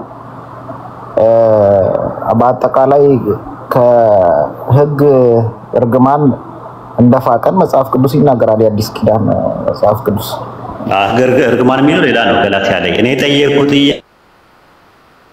ጥያቄ አንድ ሰው ከአንድ አምላክ ውጪ ሌላ አምላክን ሄዶ ሲያመልክ ያለው ብይን ኦሪት ዘዳግም ምዕራፍ 17 ከቁጥር 3 እስከ 5 እና ኦሪት ዘዳግም ምዕራፍ 13 ከቁጥር 6 እስከ 8 ድረስ ባለው ጥቅስ ግድያ ነው። አዲስ ኪዳን ላይ ይሄ ነገር ነፃነት፣ አንድ ሰው ከአንዱ አምላክ ውጪ ሲያመልክ የተገኘ ሰው ምንም ችግር የለበትም፣ ራይት አለው፣ መብት አለው የሚለው አዲስ ኪዳን ከማቴዎስ ወንጌል እስከ ራዕየ ዮሐንስ ድረስ አንድ ጥቅስ ላይ ምክንያቱም አዲስ ኪዳን በመሰረቱ ከእስራኤል ወጥቶ ለአሕዛብ የሚሰበክ ነው። ሲጀምርም ማለት ነው ለአሕዛብ የሚሰበክ ራይት እንደተሰጠ ከአንዱ አምላክ ውጪ ያመለከ ሰው መጀመሪያ ፋላሲ እየሰራህ ነው ጥያቄው ላይ። የብሉይ ኪዳን ህግ የብሉይ ኪዳን ህግ የብሉይ ኪዳን እምነት ወደ ሌሎች የሚሰበክ አልነበረም። በቃ ለእስራኤላውያንና ለእስራኤላውያን ብቻ የነበረ እምነት ነው። አዲስ ኪዳን ህግ ግን ከእስራኤላውያን ወጥቶ ለአሕዛብ ሁሉ የሚሰበክ እምነት ነው። ስለዚህ ያ ህግ ይሄ የብሉይ ኪዳኑ ህግ ራሱ ወደ አሕዛብ የሚተላለፍ አይደለም። ለምሳሌ ያንተ ይገልና አይደለም ሚካኤል ጴጥሮስና ጳውሎስ ከተጣሉበት ምክንያት መካከል ለምን ከአሕዛብ ጋር ትበላለህ የሚለው አይደለም። እሱ አይደለም ነጥባችን እሱ አይደለም ሚካኤል። ጥያቄ የተጠየቀው እንጂ ማብራሪያ አይደለም የተጠየቀው። ማብራሪያ ሲያስፈልግ ቆይ ሚካኤል ክርስቲያን ስለነበርክ ይሄን እንዴት ሳታውቀው አንዴ ተረጋጋ። መጀመሪያ ተረጋጋ። አሁን ምንድነው ያደረገው? ማብራሪያ አይደለም የጠየቅነው ጥያቄ ነው። አንድ ጥቅስ አምጣ ስንልህ ካለ አለ ብለህ ትሰጠናለህ፣ ከሌለ የለም ትሰጠናለህ። ጥያቄ ፋላሲ ነው ምናምን ነገር ይሄ ዝም ብሎ የህፃናት ጨዋታ ነው ለኛ። ከሙስሊሞች ጋር አትሞክሩት። ፕሮቴስታንት ጋር እንደምትሞክሩት አይነት አይደለም ራሱ። አንደኛ የቸርች ፋዘርስ ማስረጃ አላመጣህም፣ ሁለተኛ ነገር ደግሞ ጥቅስ አላመጣህም። እንደው እኛ እናግዝ እንቶ ጥያቄው ፋላሲ ነው ብለህ አስበው። መጽሐፈ ሚስጥርን አንድ ጊዜ ያውጣለት ምዕራፍ 2 ቁጥር 28 ላይ ያወጣለት አንዴ ይታያል። መጽሐፈ ሚስጥር ሚካኤል ይሰማል? ለኔ ይታየኛል። መጽሐፈ ሚስጥር ይሄ መጽሐፉ አባ ጊዮርጊስ ዘጋስጫን የጻፉት ምዕራፍ 2 ቁጥር 28 ላይ አንተ ከምታወራው ጋር በጣም ነው የሚጣረሰው። እስቲ አወጣለት ቁጥር 28 ላይ ይታያል። ጌታችን በወንጌል በአንገቱ የወፍጮ ድንጋይ አስረው ወደ ጥልቁ ያጽሙት አለ። እነሆ ሃይማኖትን በካዱት ላይ በብሉይም በሐዲስም የሞት ትእዛዝ ወጣ ይላል። ምን ማለት ነው? ይሄን አብራራልኝ። ይሄ ማለት እንግዲህ ሰው የጌታችን የአምላካችን የመድኃኒታችን የኢየሱስ ክርስቶስ ትእዛዝ ምንድነው? ሰው ሃይማኖቱን ከሚክድና ለሰው ማሰናከያ ከሚሆን በአንገቱ ላይ ድንጋይ ታስሮ ወደ ውሃ ውስጥ ቢጨመር ይሻለዋል ነው እያለ ያለው ጌታችን መድኃኒታችን። በብሉይም በአዲስ ኪዳንም የሞት ትእዛዝ ወጣ ይላል። ብሉይ ኪዳን ሃይማኖቱን በካዱት ላይ በብሉይም በአዲስ ኪዳንም የሞት ትእዛዝ ወጣ። ለምን 2500 ሰው ለምን ልታጭበረብራችሁ ትሞክራለህ? ወይ ኧረ ተረጋጋ ሚኪ። በሰላም እኮ ነው እያወራን ያለ ነው። ለምን ኢሪቴት ትሆናለህ? በአንዴ ኢሞሽናል ሆንክ በአንዴ ማለት ማጆርበር ምናምን ነገር የጊልቲነስ ስሜት አትጠቀም። መንፈሳዊ ሰዎች ነን እያወራን ያለ ነው። የሃይማኖት ሰዎች ነን። ጥቅስ ነው፣ በማስረጃ ነው። ሐሳቡ ላይ ብቻ አተኩር እሺ። ካልቻልኩም በል። አሁን ቀጥል። ምን ይላል መሰላችሁ ያ ጀማ?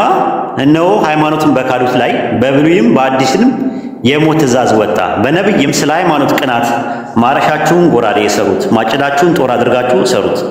ገራገሩ ጠበኛ ይሁን ደካማውም እኔ ብርቱ ነኝ ብሎ ተናገረ። ከዛ ቀጥል ኢምራን አንብብ። እሺ እንደዚህ ይላል። የሐዋርያት አለቃ ቅዱስ ጴጥሮስ ቀለሜንጦስን ፍጽት ስለምትሆን ሃይማኖት ሰይፍህን መዘህ በኢየሱስ ክርስቶስ የማያምኑትን ከሃዲዎች ጨካኞች በብረት ሰይፍ ተዋጋ ይላል። ያው ምንድነው ሰይፍ የሚለው? እንግዲህ ማለት የሞት ሃይማኖትን የካደ ሰው በብሉይ ኪዳንም በአዲስ ኪዳንም ተመሳሳይ ነው ብይኑ እያለ ነው ያለው። አንተ ከአባ ጊዮርጊስ ዘጋስጫ በልጠህ ነው። ይሄን ፍታልን ተረጋግተህ። አንድ ጊዜ ሶሪ ድጋሚ ታነበዋለህ? ሶሪ ከ28 ጀምር አንብብለት እስከ 29 28 እና 29 አንብብለት። በደንብ አድርገህ አዳምጥ ወገናችን። ግን በዚህ የተናገረ አምላክ ነው። እሺ የሚናገረው አምላክ ነው። አሳያለሁ በኋላ። እንደዚህ ይላል። ጌታችን በወንጌል በአንገቱ የወፍጮ ድንጋይ አስረው ወደ ጥልቁ ያስጥሙት አለ። እነሆ ሃይማኖትን በካዱት ላይ በብሉይም በሐዲስም የሞት ትእዛዝ ወጣ። በነብይም ስለ ሃይማኖት ቅናት ማረሻቸውን ጎራዴ አሰሩ፣ ማጭዳቸውን ጦር አድርጋችሁ አሰሩ። ገራገሩ ጠበኛ ይሁን ደካማው እኔ ብርቱ ነኝ ይሁን ይበል ብሎ ተናገረ። ዳዊት አቤቱ ጠላቶችህን ጠላሁ፣ ስለ ጠላትህም ማስህን ፈጽሞ መጥላትህን ጠላኋቸው፣ ጠላቶቼም ሆኑ አለ። የሐዋርያት አለቃ ጴጥሮስም የኢየሱስ ተከታይ ማለት ነው ቀለሜንጦስን ፍጽት ስለምትሆን ሃይማኖት ሰይፍህን መዘህ በኢየሱስ ክርስቶስ የማያምኑትን ከሃዲዎች ጨካኞች በብረት ሰይፍ ተዋጋ አለው። እንግዲህ የበዊ ኪዳን ባዲስ ኪዳን ነው አባ ጊዮርጊስ ዘጋስጫ ነው ያስቀመጠው። አንድ ጥቅስ እሰጥሃለሁ የሉቃስ ወንጌል ምዕራፍ 9 ከቁጥር ይሄ መጀመሪያ ፍታውና ወደዛ እንሄዳለን። መጀመሪያ ይሄን ፍታው እኮ ይሄን የሚመልስ ነው አይ ፍታው መጀመሪያ ይሄን ፍታውና እዚህ ጋር በሰይፍ እያሉ ሲያወራ አባ ጊዮርጊስ ዘጋስጫ በብሉይ ኪዳንም በአዲስ ኪዳንም ሃይማኖቱን የካደ ሰው የሞት ትእዛዝ አለበት አሉ። በምንድነው ትእዛዙ አለ? ጦራቸው ማጭድ ያድርጉ ሰይፍ ይብል የሚል ኢሳይያስ 2ን ጠቅሰውና አጣቅሰው ምንድነው ያደረጉት? በአዲስ ኪዳን ላይ ሰይፍ እንዳለ እንደውም ከቀለሜንጦስ መጽሐፍ ላይ ጠቅሰው ጴጥሮስ ለቀለሜንጦስ ለተማሪው ሰይፍ የሚባል ነገር መጠቀም እንዳለበት የሚናገር ኖ ሰይፍ ሲባል እኛ ጋር የእውነተኛ ሰይፍ ሳይሆን የብረት ይላል። የብረት ነው የሚለው እኮ አንተ የራስ ብረት ሰይፍ ነው የሚለው። አይ መንፈሳዊ ነገር እንዳትተረጉመው ማለት ይሄ መንፈሳዊ ነገር ምናምን መጽሐፉ እኮ የኛ ነው። እናንተ ሐዲሳቱን እንደምትተረጉሙ እስቲ አንተ እስቲ የብረት ሰይፍ የሚለው ስፒሪቹዋል ነው የሚልበትን የአባ ጊዮርጊስ ዘጋስጫ መጽሐፍን የተብራራበትን አንተ እስቲ ማስረጃ ስጠን። አሁን አልተዘጋጀውበትም አመጣለሁ። ተዘጋጅ ታመጣለህ ማለት ነው። ይሄኛው ግን እዚህ ጋር ያለው ግን የብረት ሰይፍ ቅድም ላልከኝ ግን ጥቅሶች አዘጋጅቼልሃለሁ። በአዲስ ኪዳን ከሃይማኖት የወጡትን ሰዎች በፍቅር እንድናያቸው እንጂ እንድንገላቸው ወንጌል አያዝም። በቀል የእግዚአብሔር ብቻ ብሎ ነው የሚያዘው ወንጌላችን። የእናንተ እምነት ግን ግደሏቸው ነው የሚለው። አንተ ተረጋጋ። እንትን አትበል። አሁን ተረጋግቻለሁ ወንድም አለ። ስሜታዊ አትሁን። አሁን ስሜታዊ አነጋገሮችን አትጠቀም። አሁን ይሄኛውን ፍታ። ይሄንን አንተ የእናንተን እምነት ግድያ ለምን በእኛ እምነት ምህረት ነው የለም። አዲስ ኪዳን ማስረጃ የለም። ምን አሉ መሰለ አባ ጊዮርጊስ ዘጋስጫ ምን አሉ መሰለ እዚህ ጋር ምንድነው ያሉት መሰለ? ጌታችን በወንጌል በአንደበቱ በአንገቱ የወፍጮ ድንጋይ አስረው ወደ ጥልቅ ነው ሃይማኖትን በካሉት ላይ በብሉይም በአዲስ ኪዳንም የሞት ትእዛዝ ወጣለ። በብሉይ የምን ትእዛዝ ነው የወጣው? የሞት ትእዛዝ። የቱ ጋር ነው የወጣው የሞት ትእዛዝ? ቅድም አነበብከው እሱ። አዎ ልክ እንደዛው በአዲስ ኪዳንም ላይም አለ መኖሩን ደግሞ ቆይ አንዴ ሚካኤል አልጨረስኩም። በብሉይ ኪዳን ላይ የሞት ትእዛዝ ወጣ ብለው ሲናገር አባ ጊዮርጊስ ሲናገሩ የሞት ትእዛዝ ብለው በሰይፍ የሚገደሉት የነበረው ሊትራሊ ሰይፍ ነው ወይስ አልጎሪካል ሰይፍ ነው? ያ የብሉይ ኪዳኑ ሊትራል ሰይፍ ነው። ኦኬ የአዲስ ኪዳኑስ? የአዲስ ኪዳኑ የለውም እንደዛ ነው። የብረት ሰይፍ የሚለው ነገር አልጎሪካል ነው። የብረት ሰይፍ የሚለው የአባ ጊዮርጊስ ዘጋስጫ አገላለጽ ነውና ይፈታል እሱ እኮ። እስቲ የብረት ሰይፍ የሚለው ነገር አልጎሪካል የመጣበትን ማስረጃ ስጠኝ እኮ። አሁን እሱን አልተዘጋጀውበትም እኔ ግን ከመጽሐፍ ቅዱስ ምክንያቱም አሁን እየጠየቀኝ ያለው የአባ ጊዮርጊስ መጽሐፍ ትርጓሜ ስለሆነ ማለት ነው ትንሽ ለማግኘት ከበድ ይላል። በፊት ለፊታችን ግን መጽሐፍ ቅዱስ ስላለ በመጽሐፍ ቅዱስ ልናወራ እንችላለን። ችግር የለውም ሂድ በቃ ሂድበት። ምክንያቱም አንተ አሁን እንግዳ ነህ፣ ጥሩ ስሜት ተሰምቶ እንድንሄድ ስለምንፈልግ ሂድ ቀጥል አውራ። አዎ ለምሳሌ በሉቃስ ወንጌል ምዕራፍ 9 ከቁጥር 54 እስከ 56 when James and እንግሊዝኛ መጽሐፍ ቅዱስ ስላለኝ ነው ጆን ዋንትድ ከሰማይ እሳት ዘንቦ ሰዎችን እንዲበሉ ሲጠይቁት ጌታን ምንድነው ያለው? ጌታ ያላቸው ምንድነው? the son of man did not come to destroy man's life but to save them። የሰው ልጅ ሰዎችን ሊያድን እንጂ ሊገድል ወይም ደግሞ ሊያጠፋ አልመጣም።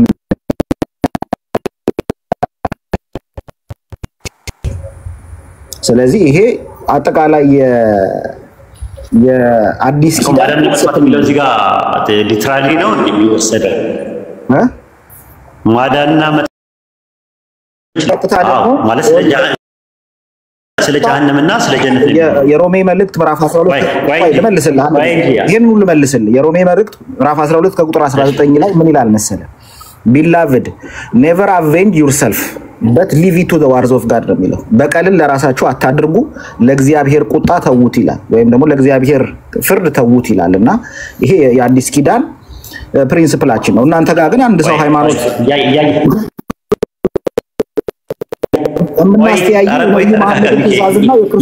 የኛን ትጠይቃለህ ሚኪ፣ የኛን ትጠይቃለህ፣ እድሉን እንሰጣለን። እሺ ችግር የለውም። ግን አሁን የባይብል ላይ የጀመርነው ስለሆነ የባይብልን ጨርስና ከፈለክ ወደ ባይብል ሮሜ ምዕራፍ 13 ላይ ያወጣለት እዛው 12 ለምን ሙሉን አታነበውም? ኢምራንዬ አንድ ጊዜ ያወጣለት 13 ላይ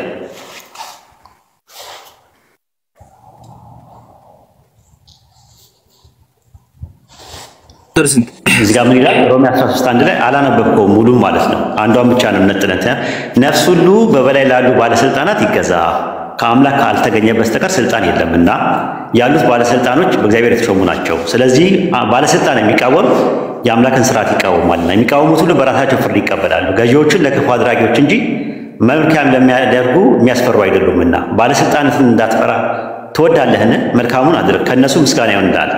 ለመልካም ነገር ለአንተ የአምላክ አገልጋይ ነውና፣ በከንቱ ግን ሰይፍን አይታጠቅምና።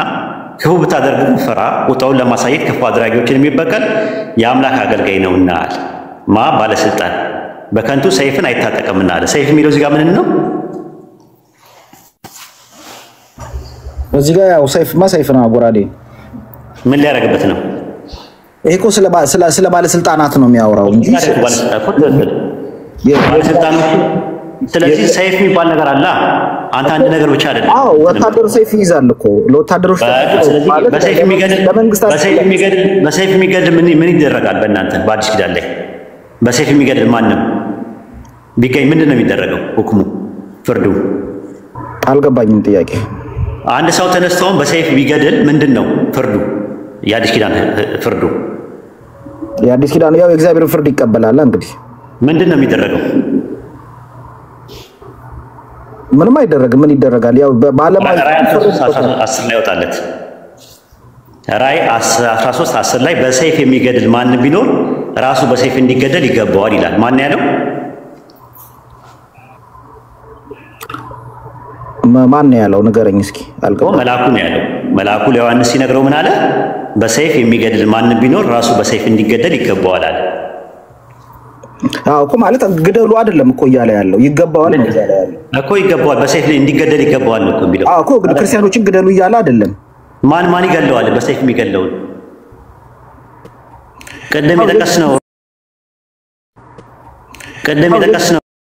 እንደዛ አይደለም የሚለው። እግዚአብሔር አገልጋይ ነውና በከንቱ ግን ሰይፍን አይታጠቅምና አለ። በከንቱ ሰይፍ አይታጠቅም ማለት የገደለውን ሰው የሚገለው ባለስልጣኑ ይገለዋል በሰይፍ። አሁን ይሄ ባለስልጣን የተባለው የአንድ ሀገር መሪ ወይም አስተዳዳሪ ተሿሚ። ትክክል። ግን ተሿሚ የሚወስደውን እርምጃ ከክርስቲያናዊ አስተምህሮ ጋር እንዴት ልትወስደው ትችላለህ እኮ? በሰይፍ የሚገድል ማን ቢኖር ራሱ በሰይፍ እንዲገድል ይገባዋል ያለው ማን ነው? ይሄ የአይሁድ ሕግ ነው አይደለም? አዲስ ኪዳን ላይ እኮ ነው የማወራው። ራዕይ 13:16 ላይ እኮ ነው የማወራው እኮ። አሁን በሰይፍ አሁን ይሄ የክርስትናው የመመሪያ አይደለም ነው እኔ አሁን እያልኩ ያለሁት። አልገባኝም። መመሪያ እኮ ራዕይ 13:10 ላይ መልአኩ እኮ ነው። መልአኩ ኢየሱስ ከእግዚአብሔር ያገኘው ነው። ራዕይ 1:1 ላይ ስትመለከተው በሰይፍ የሚገድል ማን ቢኖር ራሱ በሰይፍ እንዲገደል ይገባዋል። ራዕይ 1:1 አውጥተህ ታነበዋለህ ነው? ራዕይ 1:1 እሺ፣ አውጣለት። እሺ መጀመሪያ ኡስታዞችን አንብብለት። የቅድሙ ሆኖ ቃል በቃል የሚገደል ነው የሚለው እርሱ መገደል በሰይፍ ይገደላል። በሰይፍ የሚገድል ቢኖር እርሱ በሰይፍ ይገደል ዘንድ ይገባዋል። በእርሱ በሰይፍ ይገደላል። ግን እኔ ጋር ያለው ግን አንተ ያዝከው የእንትን ነው የሚሊኒየሙ መሰለኝ ያዝከው። እኔ 1954 ነው ያዝኩት። በሰይፍ የሚገድል ማን ቢኖር ራሱ በሰይፍ እንዲገደል ይገባዋል የሚለው። ድልበድል አንተ ጋር ያለው ባይብል እንዴት ነው የሚለው? ቆይ አንድ ጊዜ ላንብበው እስኪ። አውጣው። ዌብሳይት እየከፈትኩ ነው። ሶሪ ባይብል ራዕይ ስንት ነው ያልከኝ? ራዕይ 13:10 እስቲ ቀይረው የ1954 አድርገው ኢምራንዬ። እሺ የ1954ቱ እንደ ቅድሙ ነው የሚለው የሚገድል ማን ቢኖር ራሱ በሰይፍ እንዲገደል ይገባዋል። ከላይ ጀምረን እናንብበው እሺ፣ ምን እንደሚል አውዱን ለማግኘት ከአምስት አንብበው። ታላቅ ነገርንና ስድብን የሚናገርበት አፍ ተሰጠው። በ42 ወይም ወርም እንዲሰራ ስልጣን ተሰጠው። እግዚአብሔርንም ለመሳደብ ስሙንና ማደሪያውንም በሰማይ የሚኖሩትን ሊሳደብ አፉን ከፈተ። ቅዱሳንንም ይዋጋ ዘንድ ድልንም ያደርጋቸው ዘንድ ተሰጠው። በነገድና በወገንም በቋንቋም በአሕዛብ ላይ ሁሉ ስልጣን ተሰጠው። ከዓለምም ፍጥረታት ጀምሮ በታረደው በግ ሕይወት መጽሐፍ ስሞቻቸው ያልተጻፉ በምድር ላይ የሚኖሩ ሁሉ ይሰግዱለታል ይላል። ጆሮ ያለው ይስማ። ይማረክ ዘንድ ያለው ማንም ቢኖር ወደ ምርኮነት ይሄዳል።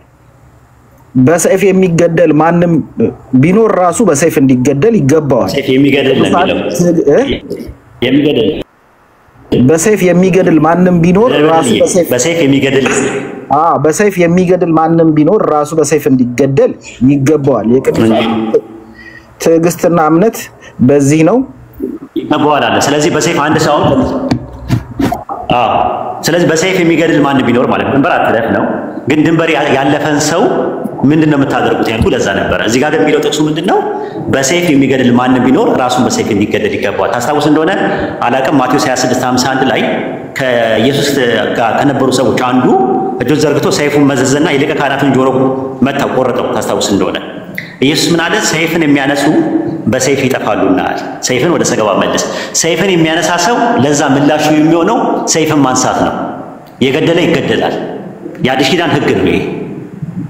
ገብቷል? ምንድን ሰይፍን የሚያነሱ በሰይፍ ይጠፋሉና ሰይፍን ወደ ሰገባ መልስ አለ። ያላችሁን ሽጡና ሰይፍ ግዙ አላቸው። ሰይፍ ገዙ። ለመከላከል ነበር የነበረው። ቸኮለና አንደኛው ጴጥሮስ ነው ይላሉ አንዳንዶቹ። ቸኮለ፣ ስም አልተጠቀሰም እዛ ላይ። የሊቀ ካህናቱን ጆሮ ቆረጠው።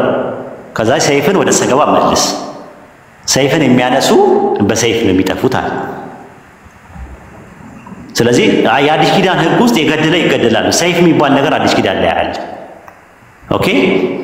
የብሉይ ኪዳን ላይ የነበረው ሃይማኖቱ ውጭ የሆነ ሰው የሚገደለው በሰይፍ እንደነበረው በብሉይ ኪዳን ሁሉ በአዲስ ኪዳን እኔ እንድትለኝ የምፈልገው በዋናነት ይሄ ነገር ክርስቲያኖችን ግደሉ ብሎ እያዘዘ ነው የሚል መልእክት አለው ብለህ ነው ያመጣኸው ጥቅስ? ኖ አይ እንደዛ አይደለም ያልኩት። ፍትህ የሚባል ነገር አለ በባይብልም።